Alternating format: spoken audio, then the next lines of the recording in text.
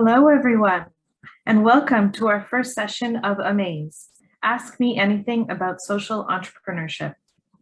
In 2017, the University of Calgary implemented an Indigenous engagement strategy for the journey to reconciliation.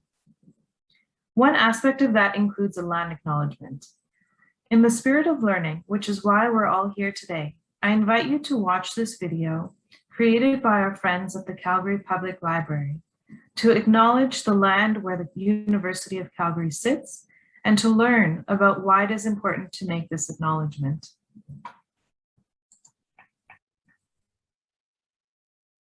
My name is Henry Drew, and I am a staff here at the Calgary Public Library. I work at Central, and I've been asked to do a little video to help educate people on land acknowledgements. So as you can see, my little friend here, Charlie was asking about land acknowledgements. So I thought this would be a great way to show Charlie the land acknowledgement, but also to show our friends and to talk about why a land acknowledgement is important. So I am from Treaty 8. I am Woodland Cree. My reserve is Driftball First Nations, and I am a visitor here in Treaty 7. So one of the reasons why land acknowledgements are so important is because in a way, we are giving back a sense of identity by honoring the original caretakers of the land that you're in. So I challenge everybody who is not from Calgary to find out where they're from and who are the original caretakers of that land. So here in Calgary, Treaty 7, Blackfoot Confederacy, this is Blackfoot territory. So we acknowledge our Blackfoot friends. So I'll go through it once and then I'll do it for you. So it's kind of, so we start with our 7 fingers because we are in Treaty 7. So today we acknowledge our Treaty 7 friends. So this is sign language for friends. Where the Blackfoot meets at Elbows Bend, soon came the Sutana from the Beaver clan. And that's the beaver's tail for people that are wondering what that means. And then the Iskia and Nakota in the mountain lands. Last but not least, so we do the infinity sign because that is the symbol on the Métis flag. Last but not least, Métis people from Region 3. Together, we're all treaty people here in Calgary. So see how fun that was and interactive? So we're gonna do it again. This time, I'm not gonna pause. I'll go through it right from beginning to end. And I hope that you guys are practicing with me and you could always replay it and do it again. So when you come to story time at the library, you'll be able to do it. Okay, so let's get started. Today, we acknowledge our Treaty 7 friends, where the Blackfoot meets at Elbows Bend. Soon came the Sutana from the Beaver clan and the Iskia Nakota in the mountain lands. Last but not least, Métis people from Region 3. Together, we're all treaty people here in Calgary. I hope Charlie liked that. Thanks.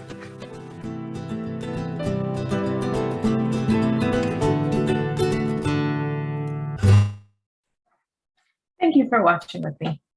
So my name is Alya and I will be today's moderator. I work at the Trico Foundation Social Entrepreneurship Center at the Haskins School of Business. Ask Me Anything About Social Entrepreneurship, which we fondly refer to as AMAASE, is a new collaboration between the organizations represented by our panelists, namely the Trico Charitable Foundation, Innovate Calgary, ABC'd, Social Enterprise Fund, and the Haskins School of Business. We are really thrilled that you're joining us today. This series of sessions is something new that we're trying, and we want to get a sense of what our community is interested in and how we can help. Thus, we need your support and questions to make sessions like this a success. As a reminder, though the panelists represent many years of experience within the social enterprise ecosystem, we want to remind you that this is not legal advice. So, without further ado, allow me to introduce the panelists. First, we have Jordana Armstrong, Associate Director, Clinical and Social Innovation at Innovate Calgary. Innovate Calgary is the Innovation Transfer and Business Incubator Center for the University of Calgary. They do many different things, which Jordana, I'm sure, will share throughout the session. Jane Bisbee, Executive Director at Social Enterprise Fund. The Social Enterprise Fund invests in Alberta's social enterprises and social entrepreneurs, providing the patient and imaginative capital they need to successfully accomplish important public benefit missions, which I'm sure many of you have questions around today. Brittni Kerluke is the manager of capacity building, and Dan Overall is the executive director, and they are both with the Trico Charitable Foundation. This foundation seeks to close gaps in society by provoking innovation and building capacity in social entrepreneurship. And last but not least, on our panel, we have Christine Spottiswood of ABSEED. And ABSEED is Alberta Social Economy Ecosystem Development. So ABSEED is a collaborative of social enterprise and social finance leaders seeking to develop a strong social economic ecosystem in Alberta. Since we're doing an Ask Me Anything session, let's get started. Does anyone in the audience have a question for us? Or the panelists, I should say. Please either unmute yourself and ask your question, or type it in the chat and I'll read it out to the panelists.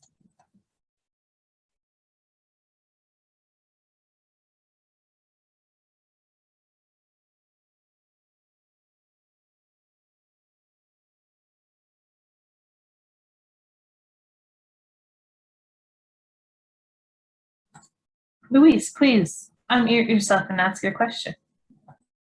Hey, how's it going, guys? So yeah, my name is Louise. I am a Master of Management student at U of C. And I just finished my degree in psychology, and I've been looking for ways to get involved and to learn more about social entrepreneurship. And I just don't know where to start. So like, what is something that I can do to start like exploring and like venturing into this field?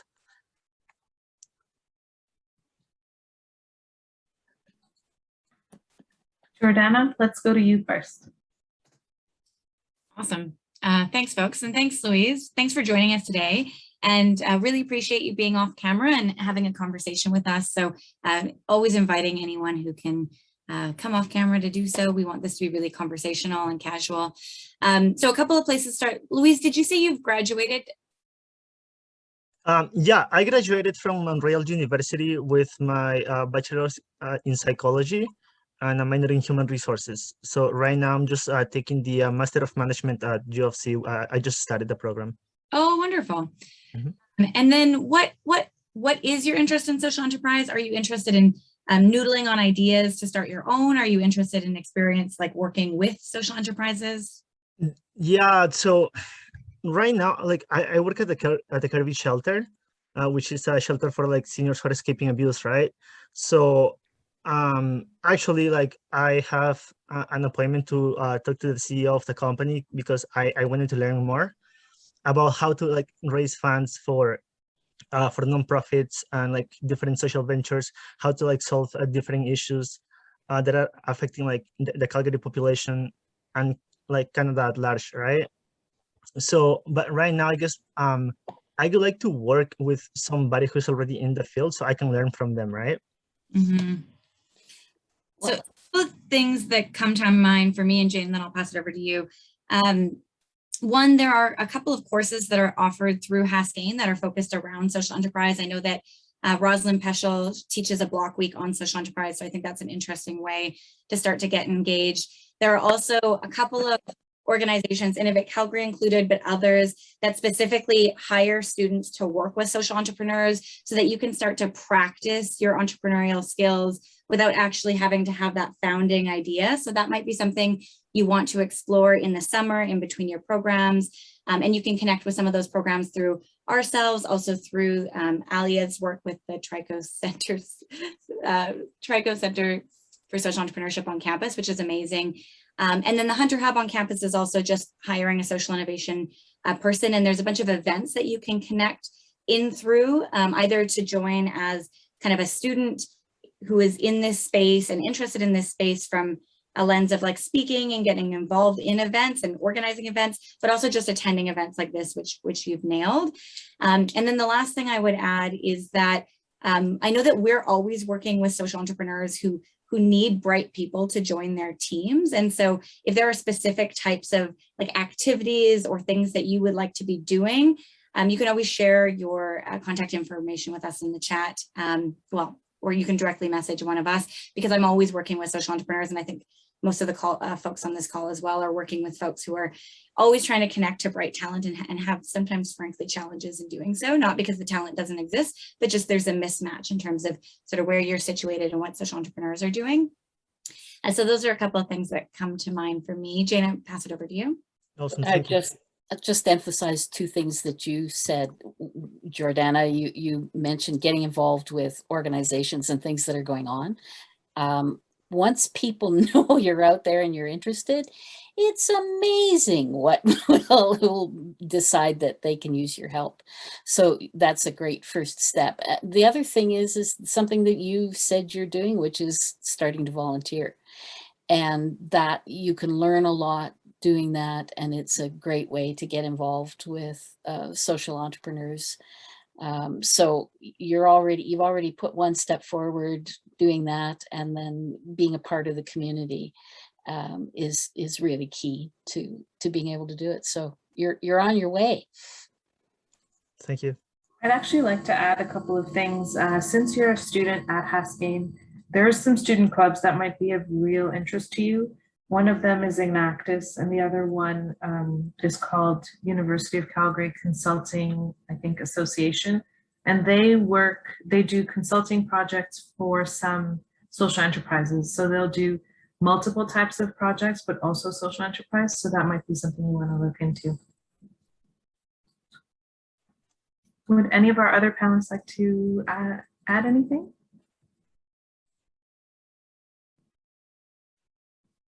Louise, any follow-up questions to what we said? I don't think I have any at this moment.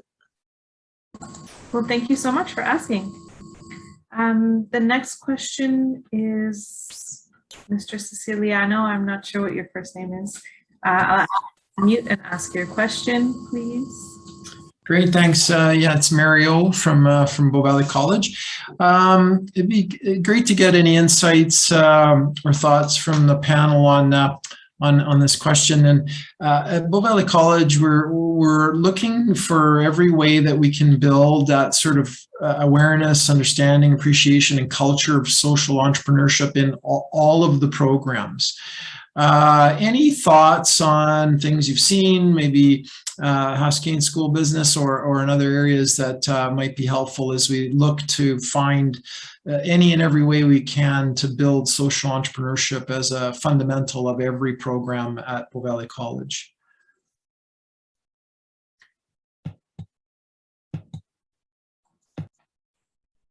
Dan, shall we start with you? Sure. Thank you for your question. I think the key would be when you say the fundamentals of social entrepreneurship, what exactly you're looking for. Certainly, the Trico Charitable Foundation on its website has an explanation of the basics of social entrepreneurship and what we think the potential is, which I think would resonate with a lot of your students, as long as the key kind of entrepreneurial thinking that could apply to almost anything in terms of creativity, open-mindedness. Jane has this great phrase that I'm sure she's sick of me repeating, that I heard her say in one webinar. And what she looks for in possible organizations she funds is, do they know what they don't know? And are they open to being told their baby is ugly? And that's very much what we're tending to focus on and training the social entrepreneurs that we deal with to grapple with some of those issues. So I think those kinds of things would be easily translatable to any type of course that Bow Valley has. So I can send you an email directly if you want of the contents, and we can have a follow-up conversation of what you feel would translate to the types of things that you're looking for. Yeah, that'd be great. Thanks, Daniel. I'll kind of touch on that too, just because as a student who has been a night student for 10 years in the business school here in Edmonton, one of the things that I've learned is that unless you take a social entrepreneurship class, the exposure to anything, to even the word social entrepreneur, never came up once in my schooling. So my biggest recommendation would be some of those kind of early 100 level, 200 level general business classes. If the curriculum incorporated just a basic understanding of social entrepreneurship, so that early on students can get an idea of whether or not it's something they are interested in and get that exposure, then they can start targeting those social entrepreneurship specific classes. But as I said, I'm just finishing up kind of 10 years in night school through the business school, and not once has the word social entrepreneurship been used in my curriculum. So early exposure probably would have been, I would have glommed onto that right away. And it is different than entrepreneurship. So that would be my suggestion. If I might, oh, Brittni, go ahead. Oh, I was just going to add, like, to build off of that is I actually came from a sociology and psychology background. And in the social realm, there can be a lot of hesitance around the word enterprise. And so even that building it into the business schools piece is really important across programs as well. And sort of this idea of, you know, you can use markets to do social good is really key. So like you said, you kind of want it to permeate beyond just the business school and into the other programs, so that when people in the social sector hear the word entrepreneurship, they don't go, right? Like, that's not what we're here for. And that's something coming out from university that I really felt coming into the space as well.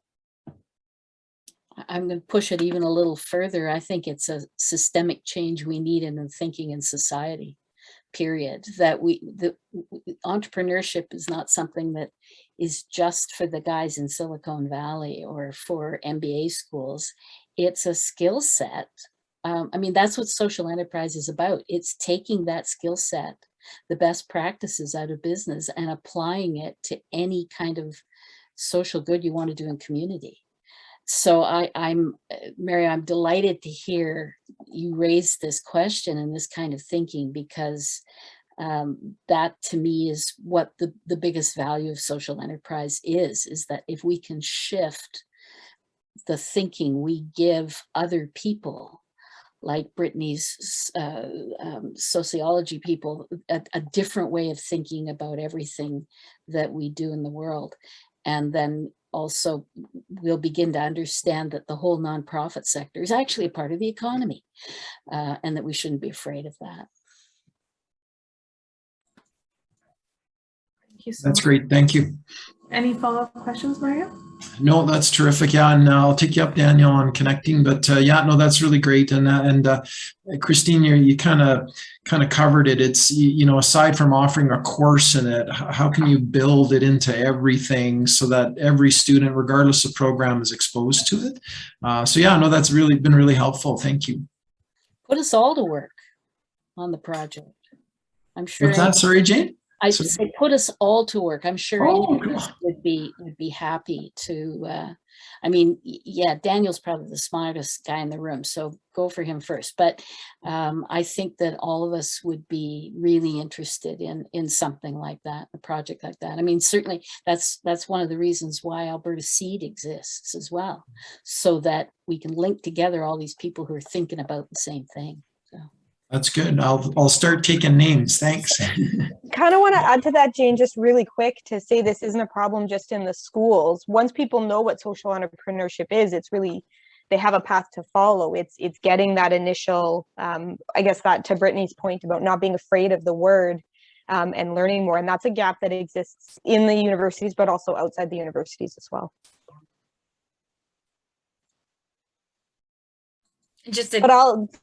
Sorry, Jordan, I was just going to say, but if we can solve it in the universities, then when they go into the work world, it's so much better. So I wasn't going to add anything because I thought it was so well said, but then when you summarized at the end, I also think the co-curricular opportunities are massive. And so my experience is that students are always looking for ways to like tangibly build skills.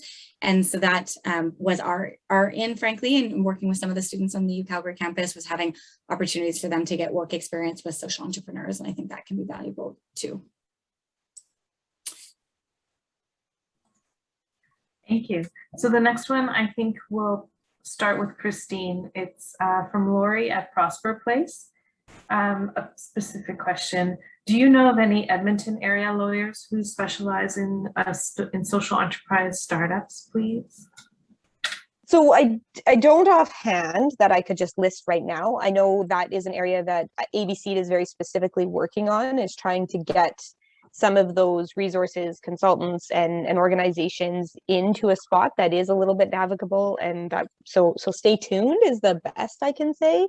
And then as something I could follow up and send some feelers out, but I don't know any offhand. Laurie, are you there? I'd like to know what you need the lawyer for. That might help. Jane, it's good to see you. We have a couple different social enterprises brewing, and we've done a lot of work since you and I spoke 2 or 3 years ago, and COVID got in the way, so we're almost ready, to take that big step. And then maybe if we can, if the economy can start to turn in the next few months. And I was on a call with one of our granting bodies where we got to that point where we talked about that it's very important for the lawyers to understand. I hear you all talking about this is new and emerging, and it was advised to me that you really need a lawyer that specializes and understands it. So I'm maybe going to argue slightly with some of the advice you've been given. Now, remember, okay. this isn't illegal. We're not lawyers. Yeah. But to me, there are a multitude of different corporate structures that you could use for doing any kind of activity. In fact, I was told by a reliable source the other day, there are 9 different corporate structures that would be applicable to social enterprises. But here's the questions, and I'm not sure that it's a lawyer that can answer this for you. The questions you really need to look at for structure are around what you want your management structure to be. So who's in charge and who gets to make the business decisions, and how quickly can they make them? So sometimes a not-for-profit society, which has a membership structure and a board that's responsible to amend and elected by a membership structure, might be a little slow for what you want to do.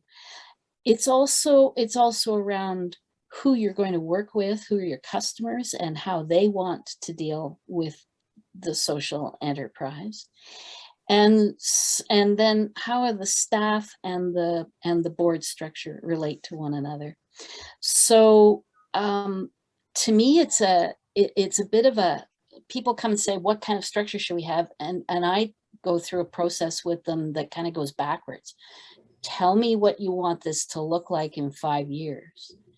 How do you want the relationships to work? Because what you're looking for is a structure that can hold the business that you're trying to operate.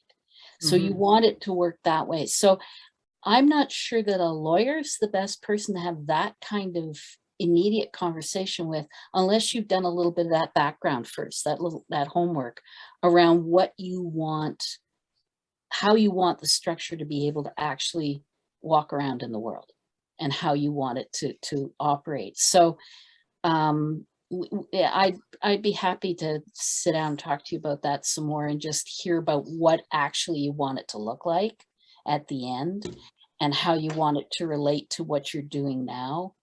And then you'll have, hopefully, the questions that you can actually put to the lawyer then. You'll go into the room actually knowing what the questions are to be able to interpret the answers you're getting back. Oh, great advice, Jane. Thank you so much. Yes, that sounds great.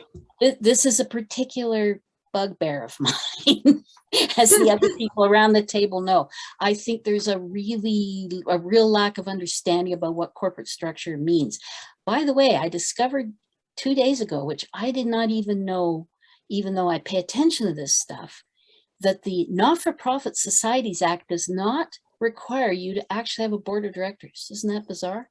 I'm going to have to do some more research on that, because we assume we know what these things are, and then we find out we kind of don't. So that was an exercise of me not knowing what I didn't know. And you don't find out that you don't know it until after you already did need to know it. So that's the other part of the thing. So yeah, it's something that we could all have a whole lot less angst if we could actually end up having some of these kinds of conversations. So thanks for bringing that up. Thank you. Can I just add something to your comment that you said, but I want to make sure it's really explicit for the audience. So we did also, you talked about kind of governance and management structure, and you did say customers, but I want folks to be very clear. Also thinking about how you're going to earn revenue, how you are going to earn revenue, and that is going to feed into sort of, you know, if you already are a charity, what can you do with your objects or not? And those are conversations that you have both with accountants and lawyers. I think sometimes accountants are good places to start because that strategy of how you're going to earn revenue is really first and foremost. And again, Jane, you said that, but I just wanted to. No, I'm glad you emphasized that because that's absolutely important. If your main customer is government and they will only work with a nonprofit structure, then your options from the 9 have now gone down to 4. So yeah, so that's part of the process. So glad you caught that, Jordana. Yes, thank you. That's very clear now. Thank you. I think one of our audience members would like to add something. Christine.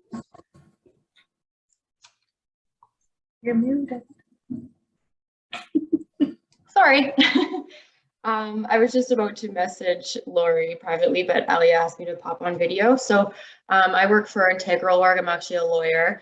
Laurie, we just came out with a toolkit on legal structures for social enterprise. So I'd recommend checking that out on our website, which is integralorg.ca, which I can pop into the chat. And to Jane's point, like, we only recommend engaging with that after you get really clear about your business plan and the management considerations and all of those things. But it's just kind of a place to start in giving you some of that information and some of the questions you'll want to go to a lawyer with. I also do know of a few like specialized lawyers as well if you did want that information. So yeah, I can pop some of those names into the chat too if that's helpful. Okay. Thank you. Accessible housing, your hand was raised. Hi, sorry. I'm Tennille. I'm the Director of Programs at Accessible Housing. Won't let me change my name. It's fine. We are currently in a process of launching a social enterprise. Previous to being in Calgary, I was in Australia and I did a number of social enterprises. So it's kind of interesting to see the difference here. I think where and I'm not sure, but I think where most people's head is going when they ask questions in terms of kind of the legality element is because most people are probably trying to launch one from a nonprofit organization. And yes, you can create a separate entity, you can choose a different business structure, etc. But the hard part about that is the startup of it and the feasibility and the viability when you first start.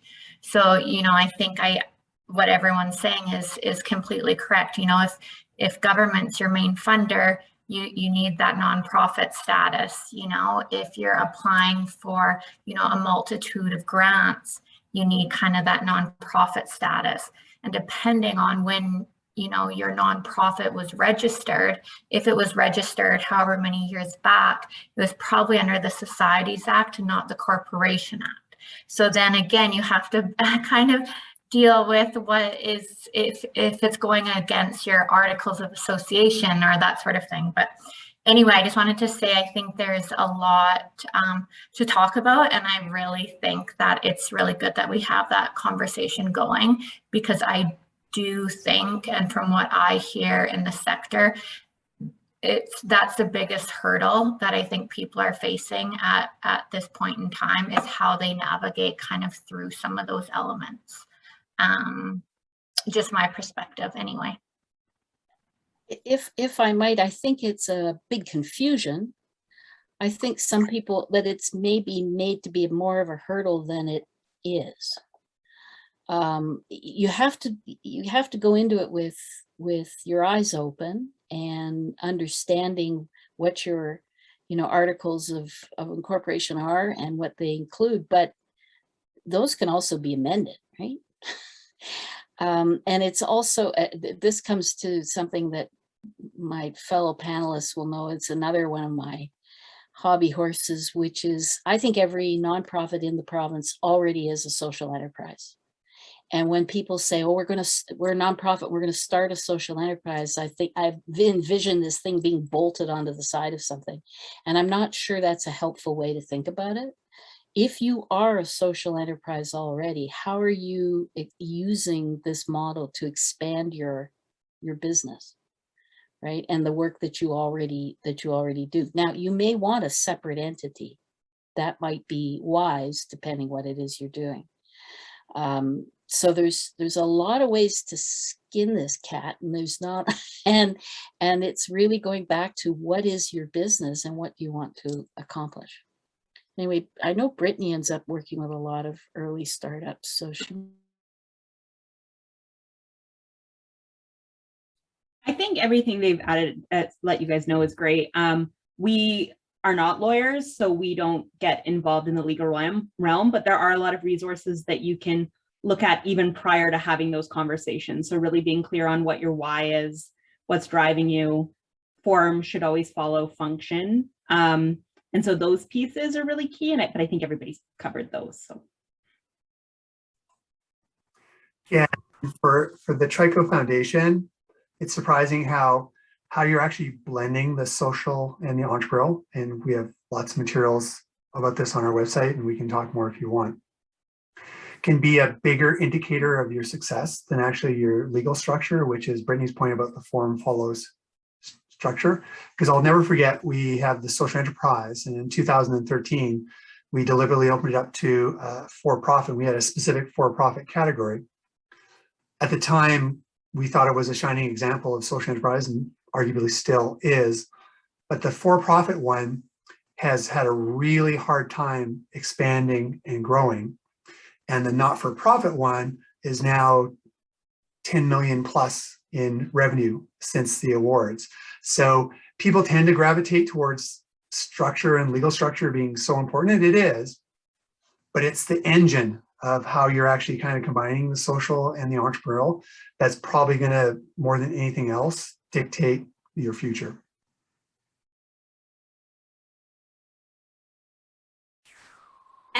And the structure can change and evolve over time, and it will. So if you get that engine right, you can play with those structures. So.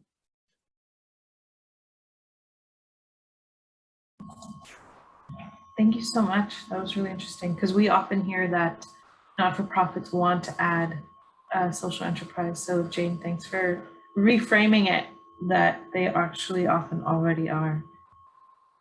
Mike, you typed in a question in the chat, but I'd like to invite you to maybe articulate in words or maybe come on camera if you're okay with that.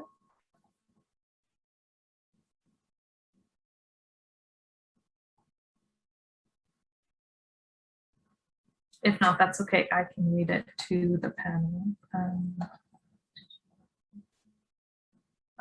Okay. Let me read that to the panel then. So Mike's question is, thank you first for this great event. His question is, how do social entrepreneurs effectively generate a social venture or enterprise that makes important change in the system without perpetuating unseen ideologies, biases, or systemic ignorances that may not only be ineffective, but also potentially perpetuate challenges such as the ones we seek to address? Dan, I'm going to start with you on this one. Well, thank you so much, Alya. I mean, the simple answer is you need to be careful and you need to be intentional, and you always need to do your kind of best due diligence without succumbing to the analysis of paralysis. But always engage those who you're affecting. One of the great comments I heard a long time ago is anytime you come up with a solution, ask yourself who asked you to do that. And that's kind of the reminder of always kind of plug into who you're trying to help and engage them in co-creating the solution. But another key thing, especially when we're talking about transformative change or like systems change, use whatever buzzwords you kind of want, but like big change, it's so complicated that you're not going to get a perfect answer, that you're not going to be able to predict how things go. So the key solution is always keep an eye out for feedback and changes and unexpected results so that you can respond to them accordingly. Because I guarantee you, you're not going to always be able to predict the negative repercussions or even the positive ones. So it's always keep an eye out, always be open-minded, and certainly always engage those. Ed Freeman has probably inspired me over the last 2 years more than anybody. And he focused on stakeholder capitalism. And his recommendation is anybody that can be impacted by your venture or that can impact your venture is a stakeholder that you have to make sure that you're engaging. So those are broad strokes, but those are probably the fundamentals that we try to focus on in our Trico approach to this stuff. I'd probably just add to that, Dan, I really think you, I really like how you phrase that. And I almost want to re-emphasize that be open to being flexible. This idea that we're going to get it right on the first try perfectly is kind of counterintuitive to the social entrepreneurship world. And then my second piece of that would be just the fact that you're asking that question going in is probably the biggest and most important step. And if you continue to do that self-reflection and be flexible along the way, that's more than what many do. So probably 80% of the journey right there. And I would just add, building off of both of those, is that there's a lot of different ways to have impact, and there's a lot of different ways to work on a social issue. And when you're starting out working on that issue, you might not be able to hit every single piece, and you might be taking up a little small piece of this huge challenge. And so that piece around stakeholders, which Dan mentioned around Ed Freeman's work around stakeholder capitalism, is really important. Talking to your beneficiaries, talking to your customers, which we've talked across all of these questions, is key. But the other thing is that it can evolve over time. So perhaps you start looking at this one small piece. Well, it might look different in 5 or 6 years, and understanding sort of how what you're doing builds into this overall picture is really key. And the other piece is you may start out with sort of one project, and that might not be the most impactful way to get at that. And that's okay, because it's what's accessible for you at this time. It's what makes sense for you at this time. And so there's this, we talk a lot about this idea of really understanding where you are now, but also where you want to be. And you always have to balance that piece, because where you are now may look quite different from where you want to be. And bringing those two worlds together can be tough, but also you can have real impact and do really neat things and be very innovative in that space as you grow and as you evolve. Yeah, I agree that my colleagues have hit the nail on the head.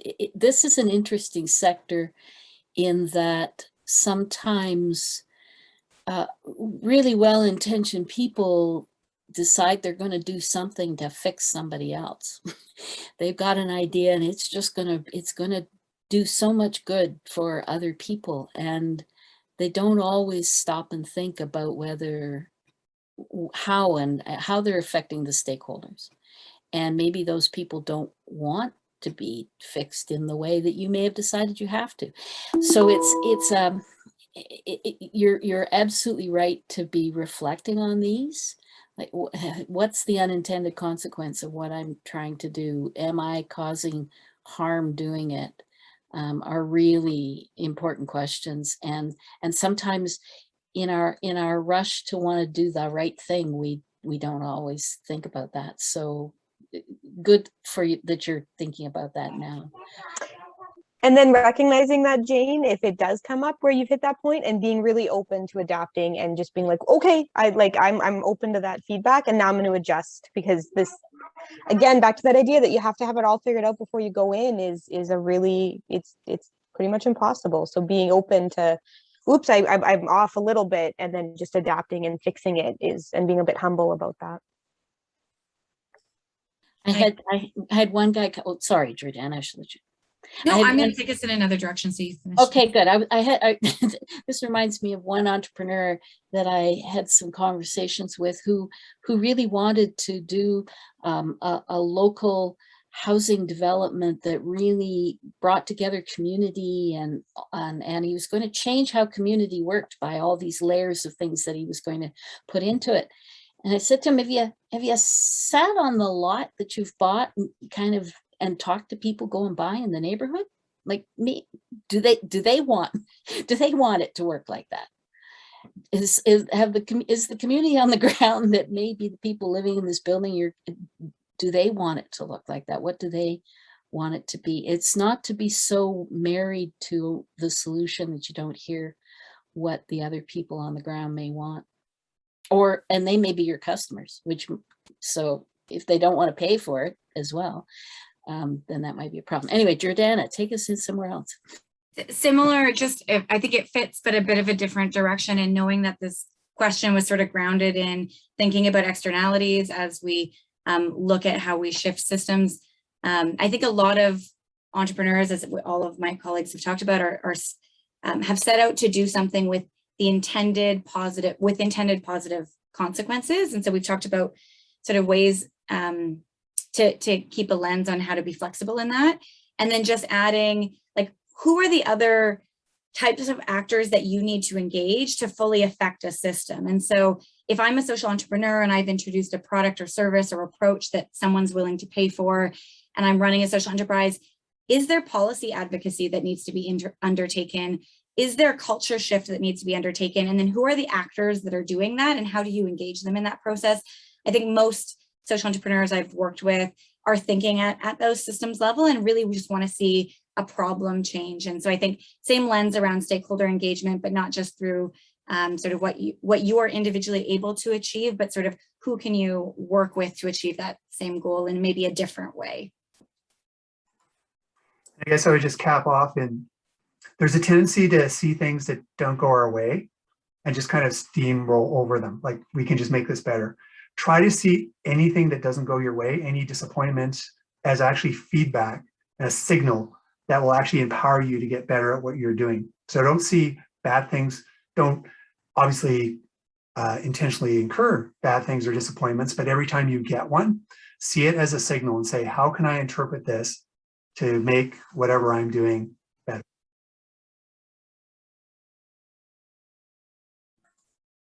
Thank you so much, Mike, for your great question, and for the panel for all these insights into how to address that.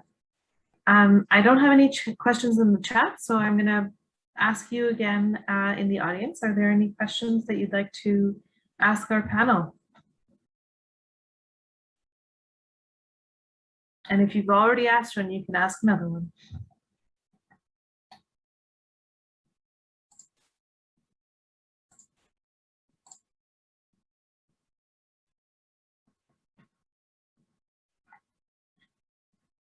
If anyone changes their mind, please raise your hand or put it in the chat. I received some of the questions from the others, or some of them that might not be here right now, via email. So I will ask one of those to our panelists. Let's start with the basics. And I think we just talked about it, but I know the problem I want to solve, and I think I have a solution. What should I do? Where do I start? Who wants to go first? I'll take a quick stab at that one, mostly because then I want to sit back and hear what everyone else has to say to this. But I would say with the way that I see the ecosystem, and from my perspective, without knowing the specifics around the problem that they're trying to solve, is I would say start with talking to people. If there's people around who have done something similar or parallel to that, it's a great peer support's a very powerful tool. And so really connecting with someone who's done something similar, either in another sector or in your sector that's close. And then even connecting with people like the people on this panel and the other organizations in Alberta, and just starting with a conversation can be very helpful. And then that really can help you hone in on and get you connected to the more tangible programs and resources and supports that might help get you on that path.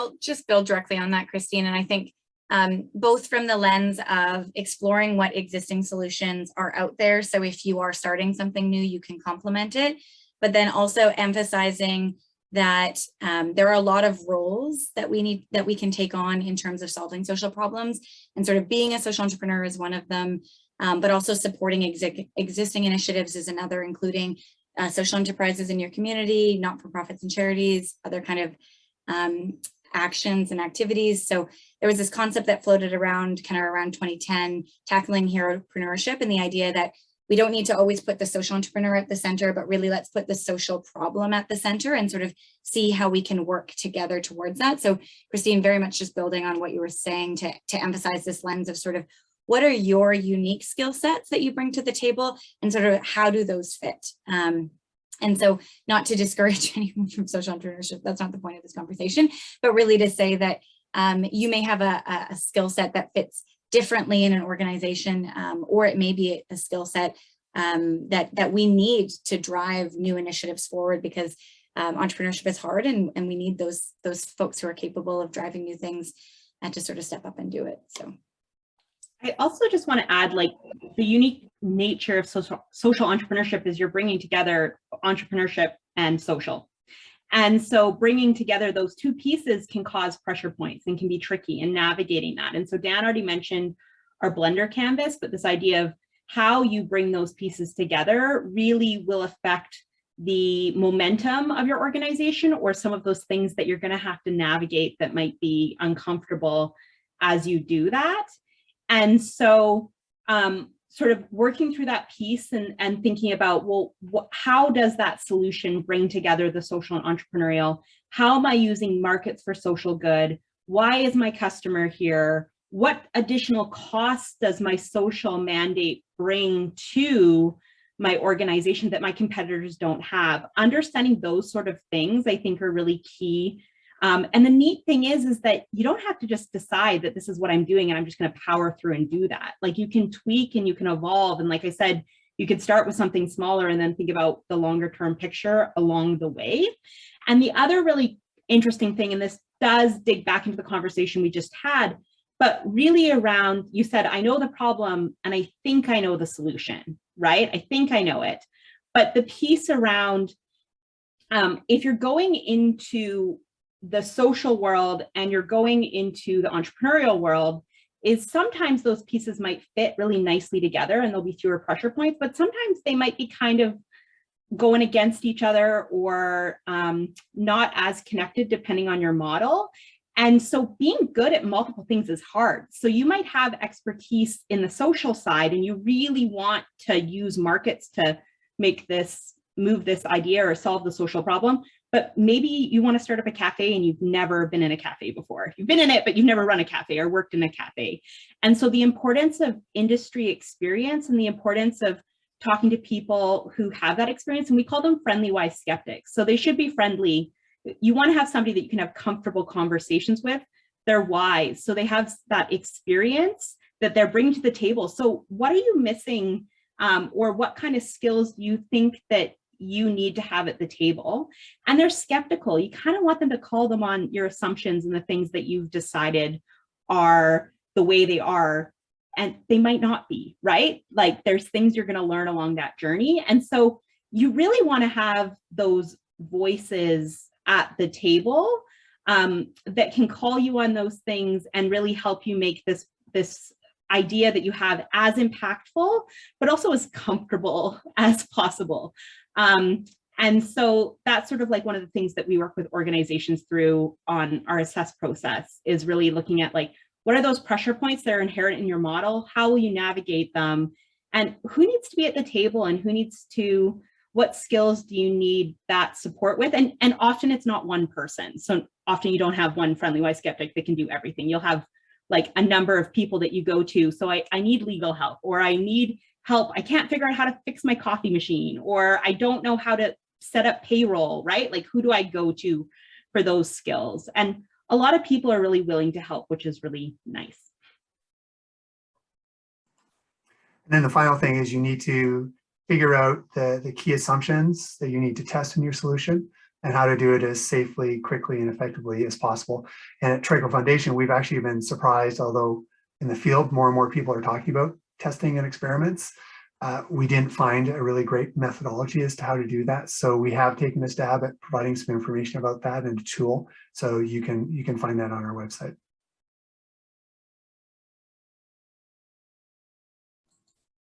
Thank you.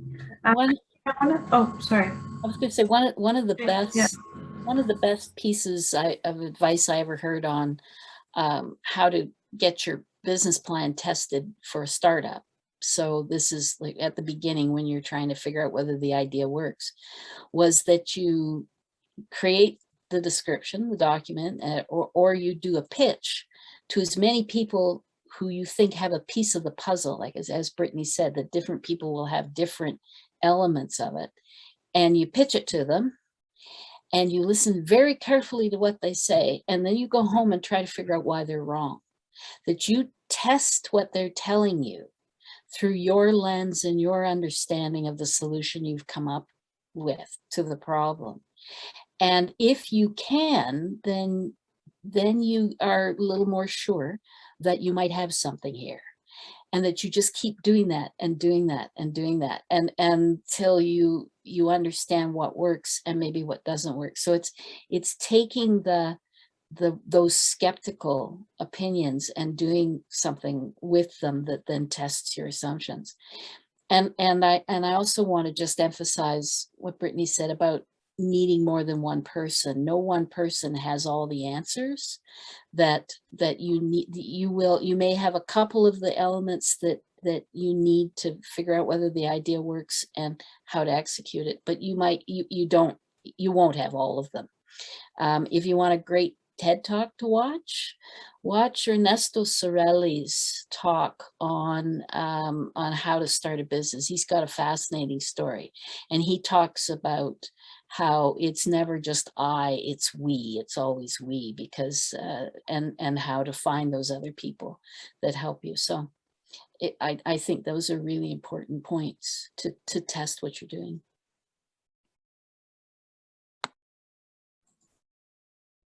Thank you so much. I will find that link and put it in the chat for our audience. Christine, you kind of mentioned how do we get social entrepreneurs or that term earlier in curriculum. So one of the things we do at the Haskayne School of Business is a capstone course for the MBA students. And in that course, we try to source some social enterprise projects so that they get that exposure. And in that area, I'll call upon Sylvia, who has a question about that. Yeah, hi. Yeah, so Alya and I source these social enterprise projects, but we have a variety of different faculty that teach the course. So we have different knowledge at the faculty level on social enterprise and also different levels with the students. Some of them have never heard of social enterprise. So, but a lot of them are interested in helping a social cause in this class. So how do we go about developing a consistent, some key points to help these students, or what are these key points to help them if they do choose a social enterprise versus a for-profit project in the class?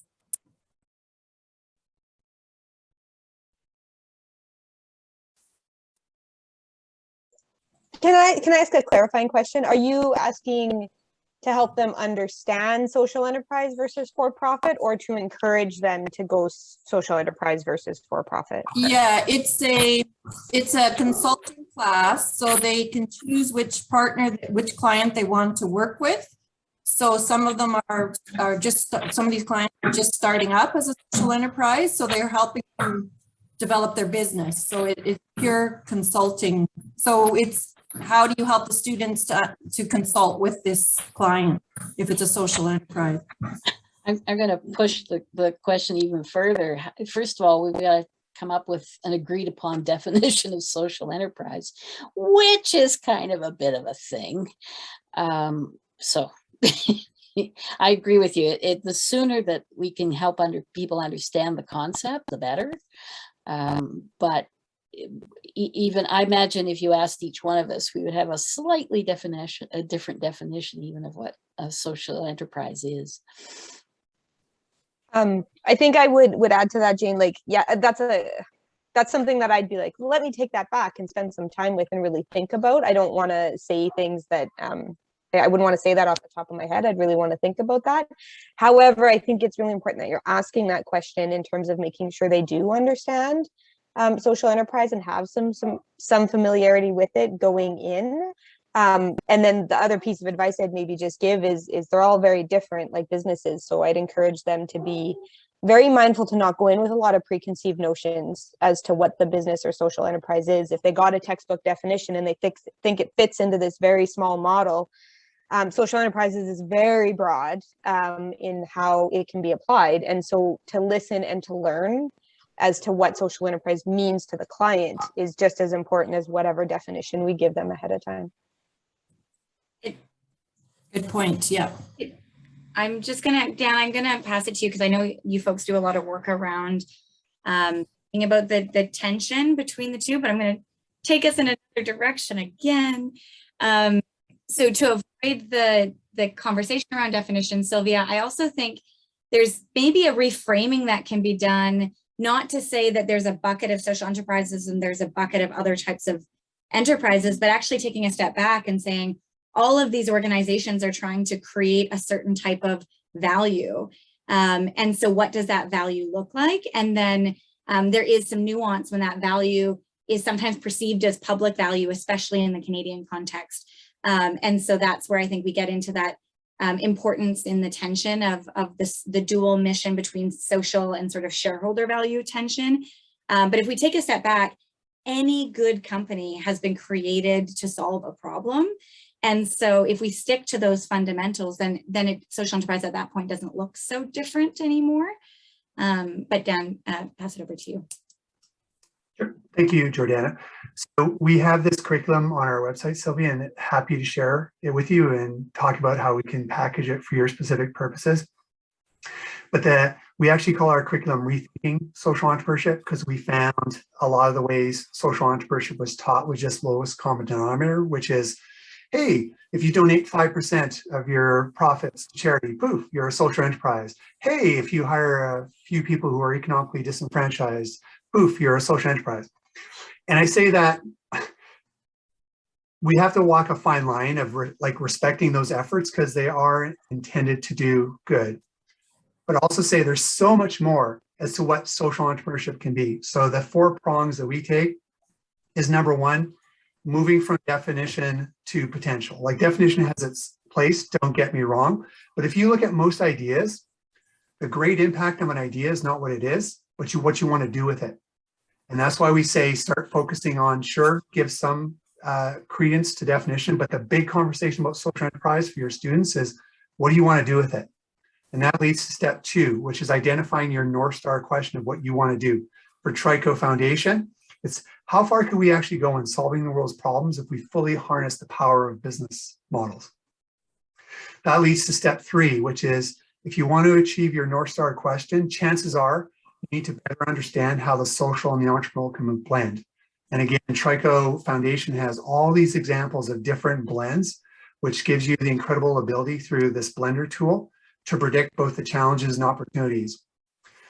And the 4th one is, once you understand all these other things, we think there's this, we call for an era of the great reimagining of what social entrepreneurship can be and all these possibilities. Because for the last 50 or so years, capitalism and business models have been dominated by, it's all about making a profit, which is not necessarily the truth.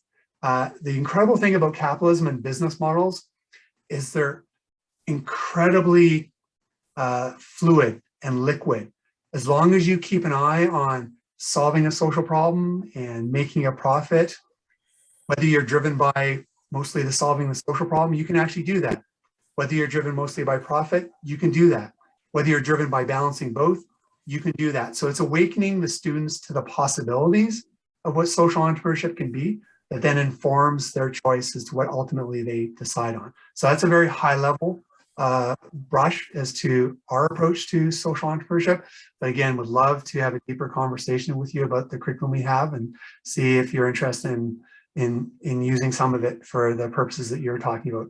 But again, half of it is just taking the conversation away from lowest common denominator or just these biases about it, and awakening students as to actually how incredible, diverse, and powerful this conversation could be. Can I just add to that? We had a program years ago that used to involve a lot of work with consultants, and we would hear often from groups who had students as their consultants coming into that piece. And there was really some interesting insights from the groups that were being supported by these students after the fact. So like talking to the past social enterprises that maybe had done that, I think is really key. Because one of the challenges that we had heard about was sort of the feasibility, right? So all businesses have to think about expenses, employees, things like that. But the feasibility of maybe the students coming up with this really fantastic idea that's exciting, but the feasibility for the organization to do that is a little disjointed.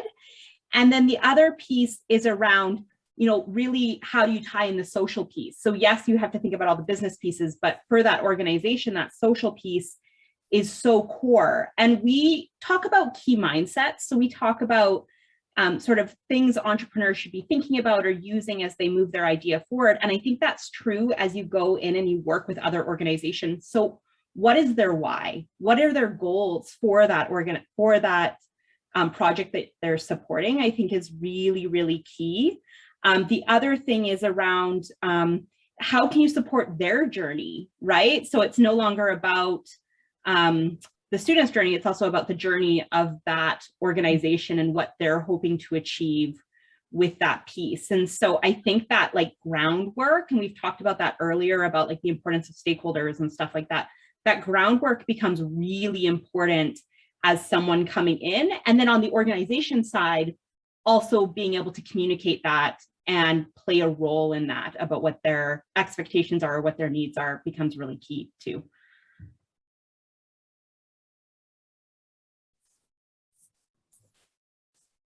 Thank you. Sylvia, any follow-up questions to clarify anything?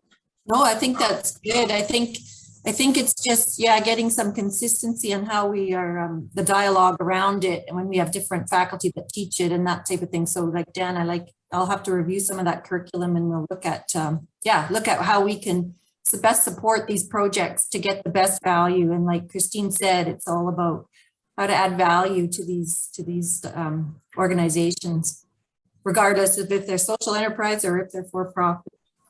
So thanks. Yeah, that was good discussion.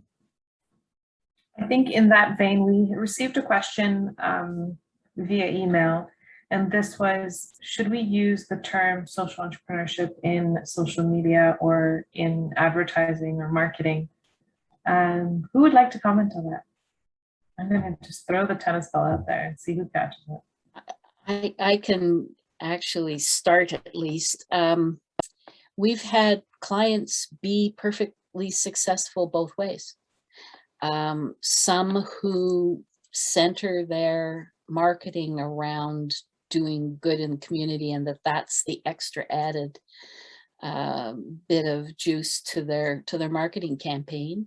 And I've had other clients who go, no, not going to touch that with a 10-foot pole. We just need to be the best damn catering company in town.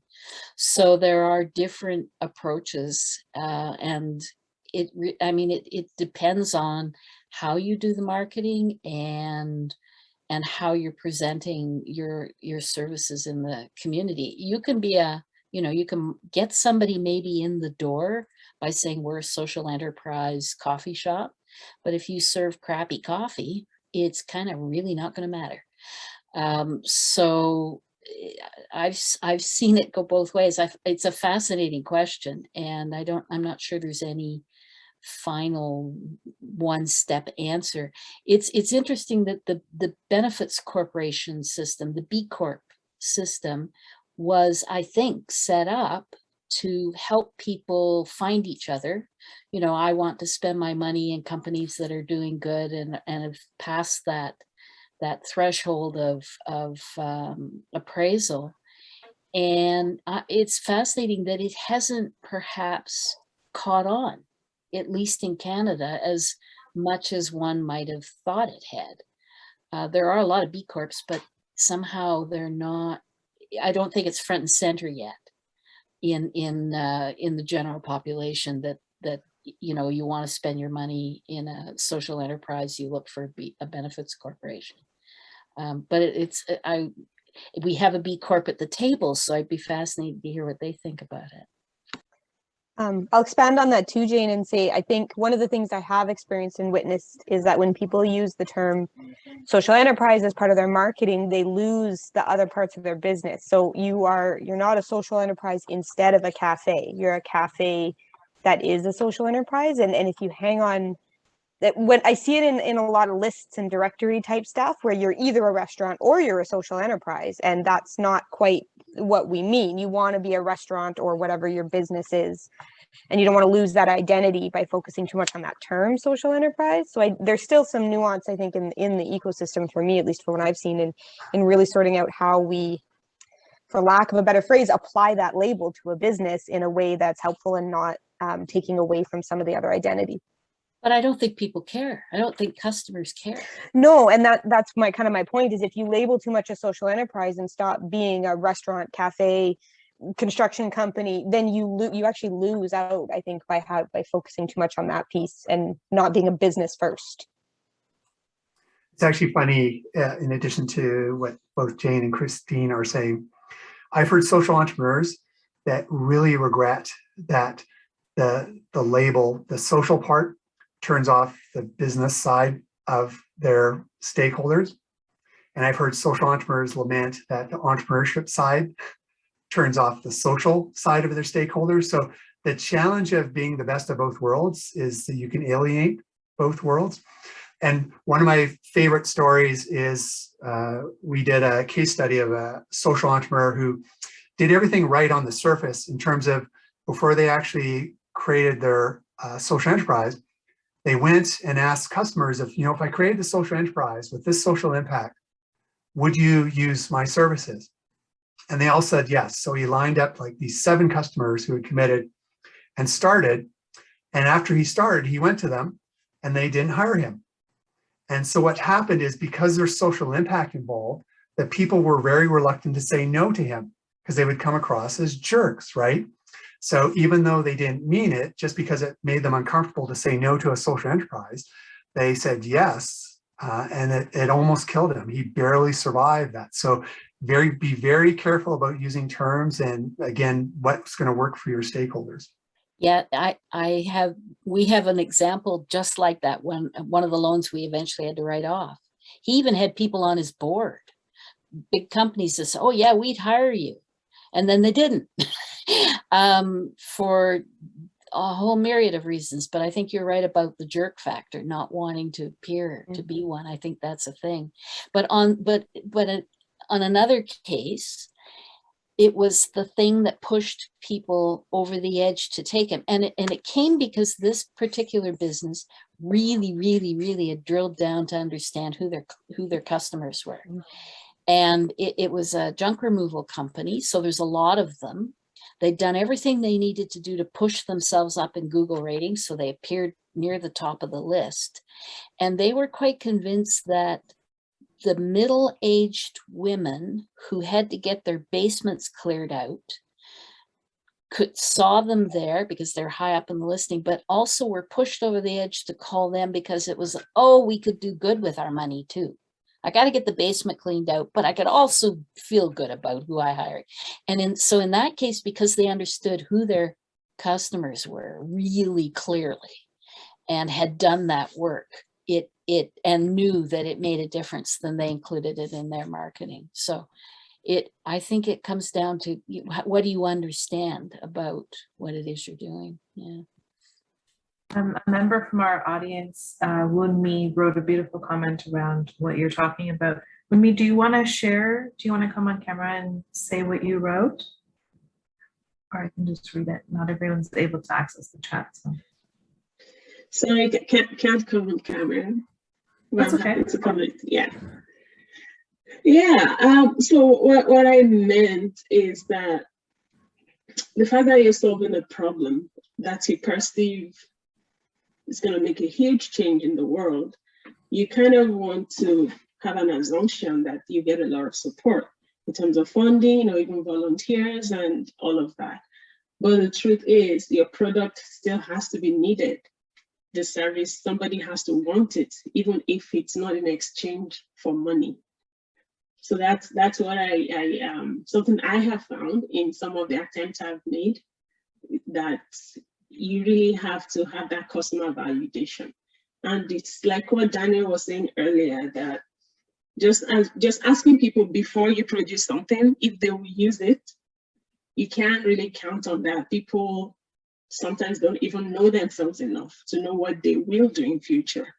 So if somebody said, yeah, I will use that product, but then when you actually produce it, it's not what they need at that point, they're not gonna buy it. So that's why putting all the due diligence in place, it still has to be done, whether it's a social enterprise, a non-profit or for-profit, as long as there is another stakeholder on the other side of the market that's going to use the product, then the due diligence has to happen. And you're right to point out that even in the financing side, that's what has to happen too. I mean, my staff sometimes gets impatient with me because they'll say, well, you're being just really too pragmatic. We may all love the mission. We may think it's a thing that has to happen, but when we start to look at the numbers, it's just not there. The customer base isn't there. And so we end up having to say no, even though we all agree it's a fabulous thing that should happen. It sucks because nobody will pay for it. So I can't lend money in that case, because I'm then creating a bigger problem. I'm digging them a hole they can't get out of. So it can be heartbreaking. It can be a really frustrating and heartbreaking situation, but that's when I have to put on my pragmatic hat, as they call it at the office. It was one of the kind of key aha moments for the Trico Foundation in realizing what is the why of social enterprise. And the why of social enterprise is not solving social problems. And it can't be, because there's other ways to solve social problems. You can have government funding, you can have grant programs, you can have government programs. So the why of social enterprise has to be something that's built on what makes social entrepreneurship distinct. And what makes social entrepreneurship distinct from those other ways of having social impact is the use of business models. So the why of social entrepreneurship is you use social entrepreneurship when incorporating a business model is the best way for you to address the social problem that you want to tackle. It's zeroing in on not just solving the social problem, but the magic of your particular situation where you can be even better at that impact through the use of a business model.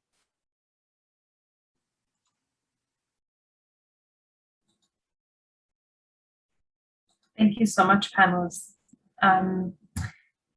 Before we start our wind up, I have one question.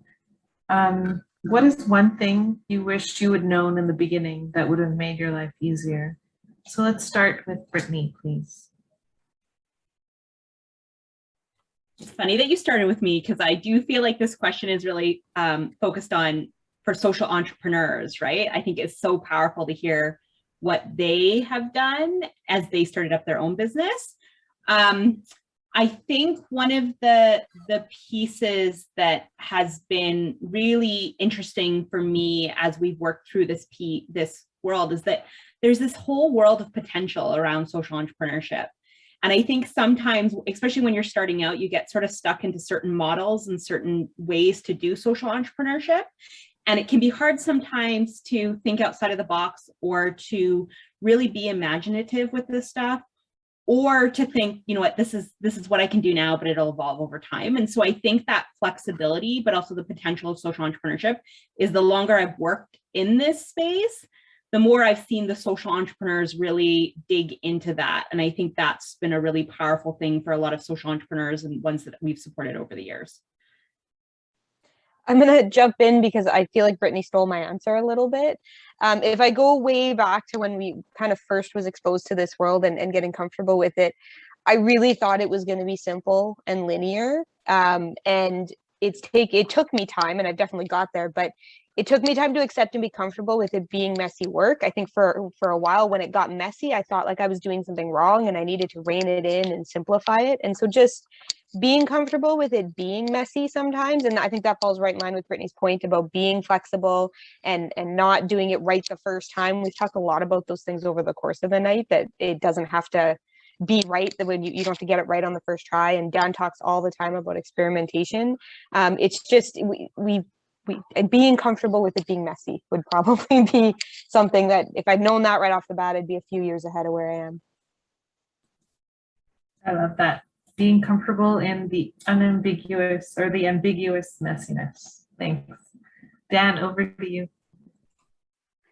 It's going to sound cheesy, but it's true. I feel like everything that I wish I'd known is now embodied in the Trico Foundation curriculum, which is on our website. But to give you like just one thing that saves my butt constantly, Daniel Kahneman, who's won a Nobel Prize for, I think, economics, has this fantastic saying of, don't ask if something is true, ask what it is true of. So anytime you have somebody that disagrees with you or that you don't agree with, don't focus on debating whether it's true. Say, what's making them think that? And I've just found that one of the most powerful things that gets me out of a jam more often than I can say. Well, thank you, Dan. We'll have to look that one up. Jane, what are your thoughts? I'm now realizing why sometimes Dan looks pensive when he's in a meeting, because he's trying to figure out where our heads are at and how we got there. That's helpful. And I'm still pondering some of the earlier things. I mean, I wish I'd known some of the stuff that we're hearing here today. That would have made things helpful. Maybe I'll just say that what struck me was that a lot of this is not new rocket science. When I came from a completely different world into this and kind of got dumped into the middle of it about a decade ago, and spent most of my time realizing that a lot of this is just good old-fashioned common sense in many ways, and that you need to reach out to other people and listen to what they say and then test it against your own experience. And that you often find out that, oh, that solution that I had 15 years ago in a completely different context is just the same thing with slightly different lingo attached to it. So don't let anybody get you too wound up about the terms that they're using and the semantics around how they're talking about a thing. You might find out that there's nothing new about it at all, that it's just a really old-fashioned way.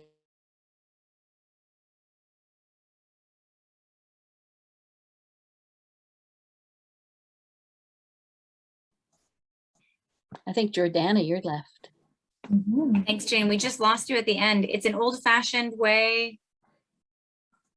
It's an old-fashioned way of getting things done, and that old solutions sometimes are still, you know, somebody said to me once that there are only 10 good ideas in the world. It's just how you steal them. Thanks, Jane. And I think I would certainly echo everything that's been said so far. With a twist on Christine's opening comments, I think this is a messy space. And I think for me, I'm the opposite type of thinker. And so I have to remind myself it's actually more simple, Christine, but I think we're saying the same thing.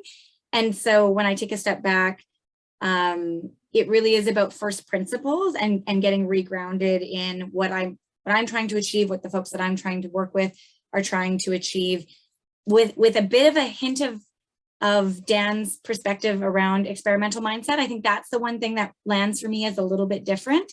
So when I think about my workflow at Innovate Calgary or what we're doing, what I need to ask of myself or what we ask of our colleagues who are in the social enterprise space is to really approach their work in a different way and look at feedback differently, and to not stick to a process or a committee because that committee has been struck and it needs to run for a year and a half. So I think just blending that evolving experimental mindset with like, it can be simple, and don't make it too complicated in your head, because you can make it as complicated as you want to make it. And that can just paralyze action, I think, sometimes. Thanks, Jordana. Before we say goodbye for the evening, I'd just like to do a roundtable. All of our panelists are working on different things to support the ecosystem. So we're just going to do a roundtable of the activities that are happening in the near future. And I'm going to go the other way around. So Jordana, back to you. Thanks, folks. So many people may have seen that we just launched a new fund in partnership with the United Way of Calgary and area, and some other folks that we'll be announcing soon. And so just to say that we closed our second intake on September 17th, and we'll have another intake that we snuck in for this year. So closing an intake for social entrepreneurs to apply for loans or equity investments for December 17th, 2021. And then working really closely with folks on this call to make sure that the way that we deploy capital aligns to the way that some of those folks are deploying capital. And so feel free to reach out to anyone on this call to talk about your investment needs. And I can facilitate introductions. I'm the one who's receiving all the emails, or the one in the registration document. So if there's any requests, I can help along with those. Jane, what's on your plate? Well, we just trudge along trying to place as much money out in the community as we possibly can. But one thing that happened recently that was very fun in my world is that an investor placed some additional capital in our hands and said to us, go out and try crazy things. Go out and actually work with entry levels, with startups. So Jordana and I have been talking about how do we put, how do you find a way to put more seed capital out there in the world to do things that maybe haven't been tried before. So that's pretty exciting for me. We have many investors of different sorts, but it's the first time that we've been approached with a real focus on the seed entry level startup part of the world on purpose. So that was pretty exciting. Thank you. Dan, your turn. The Trico Foundation, one of the things, we now have 3 tiers of awards for social entrepreneurship. So we have Student Social Entrepreneur Awards, so obviously beginning stage. We have What's Next YYC, which is middle stage, and our first award that started in, I think, 2011 is the National Social Enterprise, which is a $100,000 fund. So 3 stages that are very deliberately trying to celebrate social entrepreneurship that actually change the conversation away from the kind of lowest common denominator. So we're very proud that, little old Alberta is kind of leading the way in celebrating social entrepreneurship and doing so many great things.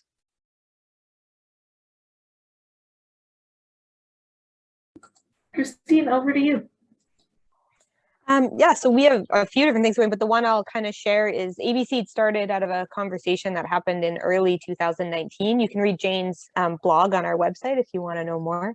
But we are trying to reconvene that group and anyone else in the broader ecosystem and any stakeholders really around social enterprise. So there is I'll just pop the Eventbrite. It's just kind of a pre-register right now. More details will be coming as we get them sorted out, but we welcome you to share and attend if you want to see what we've been up to and what we've done in the last 2 years, and then what we have coming hopefully in the future. So definitely where we want to re-engage with the broader ecosystem. So thanks for that. We'll make sure to make note of that Eventbrite. Brittni, you're muted. I pushed it, it just didn't click. So we've talked a few times about our assess tools, which are available on our website and sort of cover a lot of the pieces we've talked about today, but really are designed to help organizations build capacity in social entrepreneurship and help them on their journey. And so it's kind of, you can pick and choose and decide what fits for you, or go through the whole series of videos. But those are live and available. So check them out if you're sort of wanting to learn more about social entrepreneurship and how we talk about social entrepreneurship, or looking for some tools as you work on your social enterprise and go along your social enterprise journey. Was it tricofoundation.ca/your idea? No, so it would be something different, which I'll try to put in the box right now, but my computer might. If you don't get to it, send it to me. We'll add it in our thank you email. Sounds good. Our side at Haskayne, and in collaboration with the Trico Foundation, we're working on Pivot on Purpose, which brings together the awards that Daniel talked about, the 3 of them and their announcements, as well as a conference and a case competition, basically talking about these things that we talked about in our session today. So this is great insight for the content that we want to create for that conference and case competition, as well as for future iterations. The other thing I wanted to mention is that we're going to host AMAASE again. We wanted to make it a series, and we want to hear what you thought. So I'll be sending out a survey as well. The next one is October 20th at 3:30. So keep an eye on your inbox for registration for that, and let your friends know, the ones that are curious about this work that you're doing and that the ecosystem is doing. Yeah, we'd love to hear what the community is thinking. Any final thoughts from our panel or audience? I just want to say, I think I might have learned more here than I contributed tonight. So thank you to all the panelists and all the wonderful questions that really got me thinking. So it was lovely. I was just going to say thank you to Alya for hosting. Christine, you stole the words. Thank you to everyone else, and I look forward to the next conversation.